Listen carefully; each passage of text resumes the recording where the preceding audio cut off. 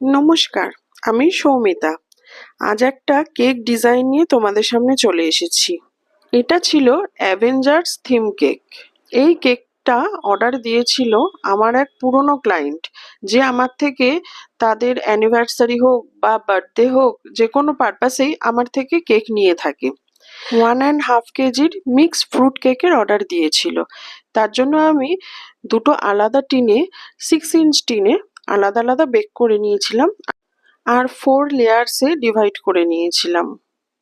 এখানে আমি বলে রাখি, যারা আমাকে কাস্টমাইজ কেকের অর্ডার দেবেন তারা অন্তত 2 দিন আগে চেষ্টা করবেন অর্ডার প্লেস করে দিতে। মিক্স ফ্রুটের মধ্যে আমি এখানে ইউজ করেছি strawberry, orange, kiwi, Apple and grapes. প্রত্যেক লেয়ারেই বেশি বেশি করে ফিলিং দিয়ে থাকি, যাতে ক্লায়েন্টের এভরি বাইটেই ফ্রুট চাঙ্কস পায়।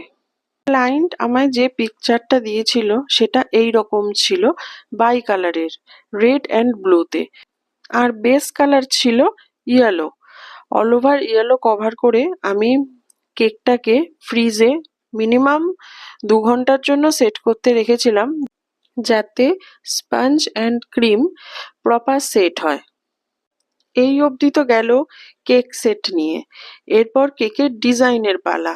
কেক ডিজাইন করতে আমাকে হোয়াইট চকলেট মেল্ট করতে হবে, কেননা প্রত্যেক কটা যে ফিগার রয়েছে অ্যাভেঞ্জার ফিগার, সেগুলোকে প্রপার সেট করার জন্য আমার চকলেট লাগবে। কাস্টমাইজ কেকের ক্ষেত্রে 2 রকমের প্রিন্ট হয়, এডিবেল অ্যান্ড নন এডিবেল। সেটা আমি ক্লায়েন্টকে আগেই জিজ্ঞেস করে নিই।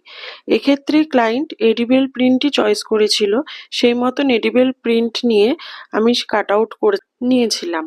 দেন অ্যাজ পার ডিজাইন কিছু চকলেট বানিয়ে নিয়েছিলাম রেড অ্যান্ড ব্লু কালারের, এবং প্রত্যেক কটা চকলেটেরই ব্যাক সাইডে আমি টুথপিক স্ট্রেট করে রেখেছিলাম।